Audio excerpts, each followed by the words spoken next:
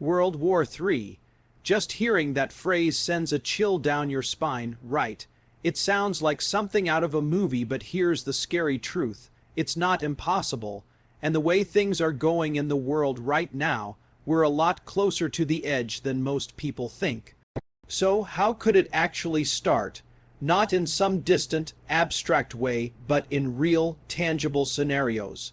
Today, we're breaking down 5 ways World War III could become reality. These aren't wild conspiracy theories. These are situations already unfolding with real stakes, real players, and real danger. Let's dive in. Scenario 1.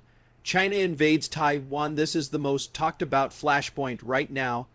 China sees Taiwan as a breakaway province that must return to Beijing's control. Taiwan, on the other hand, sees itself as a sovereign democracy.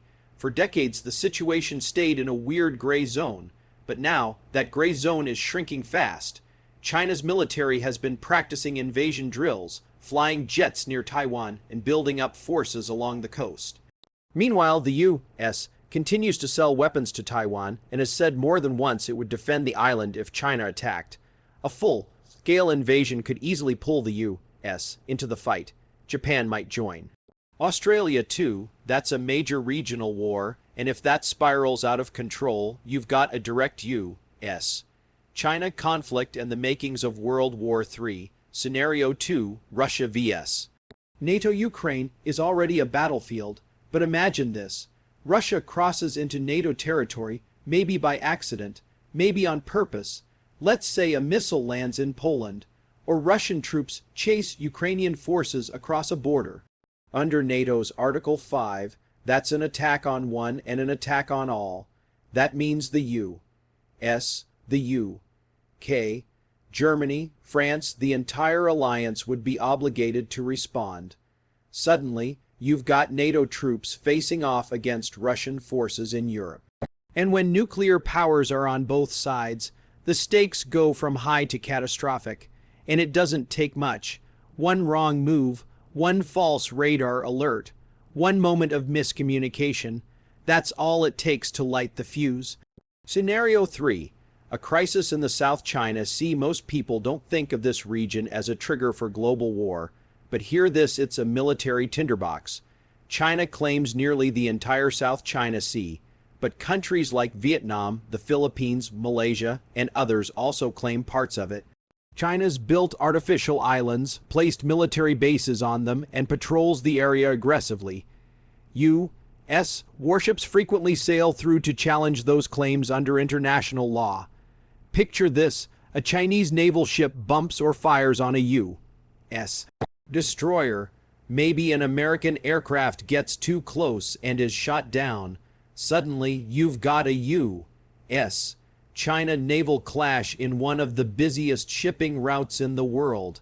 Allies rush in, trade halts, tempers flare, and boom, another spark for global war. Scenario 4, a nuclear flashpoint with North Korea. North Korea isn't just talk. They've got nuclear weapons, and they're constantly testing missiles, many of which could potentially reach the U.S., Japan, or South Korea. Kim Jong-un has warned more than once that any provocation will be met with unimaginable force. Now imagine a scenario where North Korea tests a missile too close to Japan or even hits something by mistake. The U.S. responds with force. South Korea gets involved.